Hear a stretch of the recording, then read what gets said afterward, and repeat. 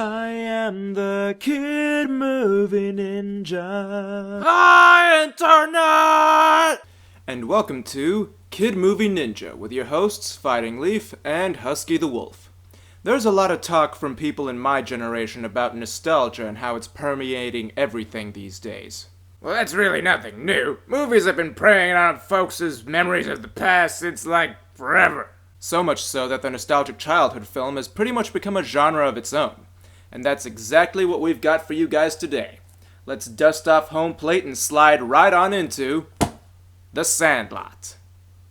This movie's about baseball and childhood, and is narrated by the adult version of our protagonist, Scotty Smalls, narrated by Michael M. Evans, the writer and director. Wait, writing, directing, and starring in it? This movie's gonna suck, isn't it? This movie is hailed as one of the perennial classics of the early 90s, not just for children's cinema. Wait, so it's not gonna suck? Not when it's done by someone who knows what they're doing. Then again, he also went on to write The Sandlot 2.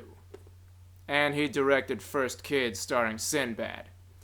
And the last couple of Beethoven movies. And that Ace Ventura Jr. thing.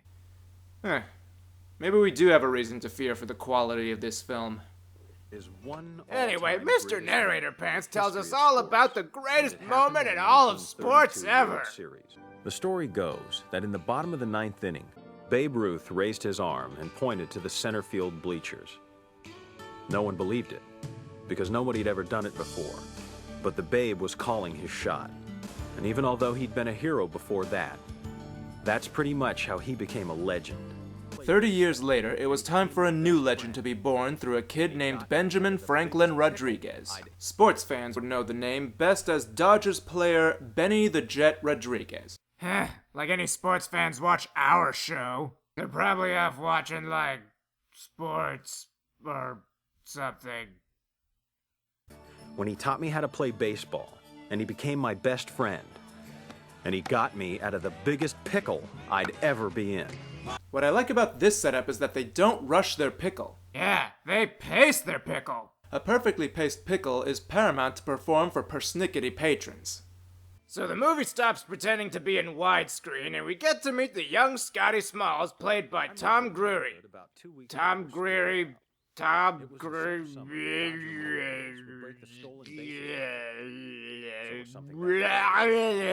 He's new around these here parts, and you can tell this is the 60s because people still care about meeting their neighbors. So at the start of summer vacation, he's alone in a new place, has one parent who died of not-in-the-film disease, and a stepdad to add drama. Remember you promised you'd teach me to play catch? Mm-hmm. Well, could you teach me? Yeah. Sure.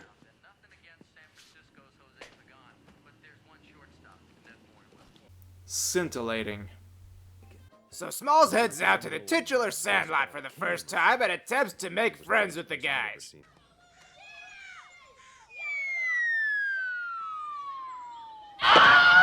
It goes poorly. Heck, even his mom gets on his case for being a loser. I know you're smart and I'm proud of you. I want you to get out into the fresh air and make some friends. Run around, scrape your knees, get dirty, climb trees, hop fences, get into trouble, for crying out loud. Nerd culture was not a thing back in the 60s. The only way you could really make friends was to go outside and do things. Oh no, not things! In all seriousness, I really do like this scene. It's not too long and it feels just so real, like the kinds of conversations I'd have with my mom at that age. Mom.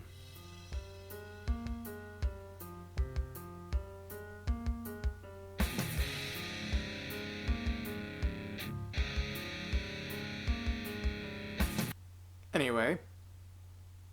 The next morning, Smalls begs his stepdad, Bill, played by Dennis Leary, to stop working long enough to teach him to throw a baseball. It goes poorly. Again. It's not totally his fault, though. The only piece of advice he really gets is this. The key to this game is keeping your eye on the ball. Eye on the ball. Eye on the ball. Keep your eye on the ball. Real helpful there, Bilbo. Luckily for Smalls, Benny goes out of his way to make friends with him. He even has a convenient extra glove on his person for some reason. There's just one problem. I'm the Great Bambino. Who's that?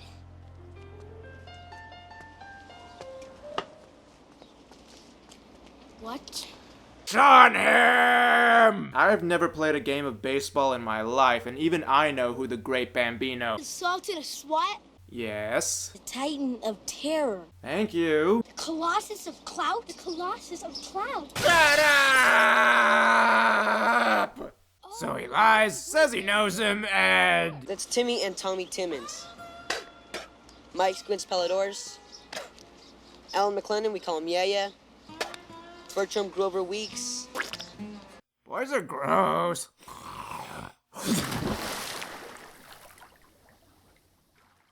Yes, they're the gross ones.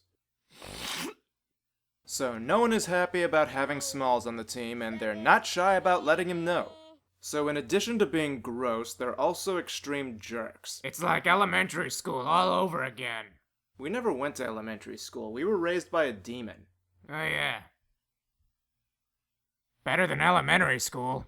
But Benny learns that Smalls is really starting from ground zero, but comes up with a way to make him look awesome.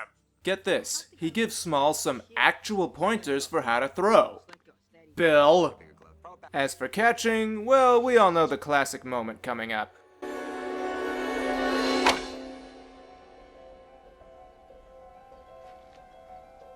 Please catch it. Please catch it. Please catch it. In that shining moment, Smalls is officially part of the team. Yay, physical assertion of male dominance! Oh, and Benny also happens to have an extra baseball cap for Smalls, too. How much extra stuff does he just carry around with him?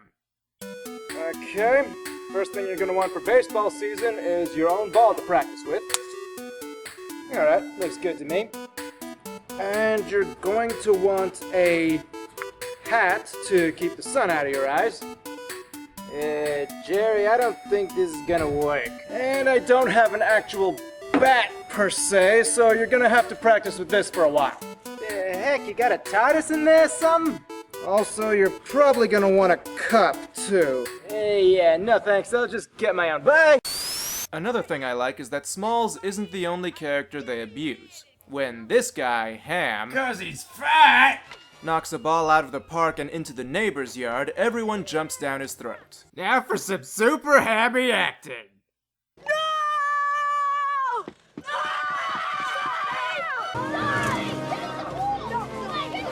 And that's how you do it right. We've seen this kind of acting in many movies before, but here there's just a kind of earnestness to it that turns it into good, stupid fun instead of just stupid. I think part of it's because these guys have always been such big goofballs that this point in the film just kind of fits. The rest is probably the fact that they, in their infinite immaturity, really do see this as a life or death matter. But why would they think that? Well, there's only one way to find out. A camping trip, because how the heck else would they do it? The boys gather up that night to hear the tale of what lies beyond the fence on the other side of the Sandlot. To sum up, an old dude named Mr. Myrtle got himself a junkyard dog and it ate people, 'cause, you know, who wouldn't, right? Obviously, the animal, simply called the Beast, had to be locked away. But just how long did they lock it away for? Forever. Forever. Forever. Forever. Best part of that story? Some kid got in there and died. Off-screen child death is great, isn't it? It sure is. And speaking of creepy, This is Squints, played by Chauncey Leopardi. He's creeping on a girl named Wendy, played by Marley Shelton. If I was 20 years older, I'd probably know who that is. and since it's 150 degrees outside, this makes the guys want to do something other than play baseball. Now then, what this movie does for a while is follow a kind of episodic format of all of their adventures in everyday life. In other words, we got a bunch of little mini plots before we get back to the big main plot and our pickle. I encourage you all to pick up this movie and watch them for yourselves because, frankly, it's just worth it. We have Pool problems with pervy punks. every bit as sexist and objectifying as it sounds. And we love every second of it. That we do, very much. A bit of 4th of July character development through narration. Better than it sounds. A baseball challenge from the preps, I mean the little leaguers, whoever the heck these guys are supposed to be. You play ball like a girl! Whoa, whoa, whoa, that is crossing the line, man! And then everyone's favorite bit, fun with chewing tobacco. Now, I'm not Phalus. I'm not gonna show you the grosser parts of this film. We will, however, show exactly what it sounded like.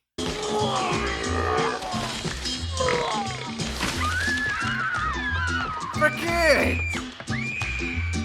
Finally, we get back to this pickle thing the narrator talked about at the beginning of the movie. It all started with an omen.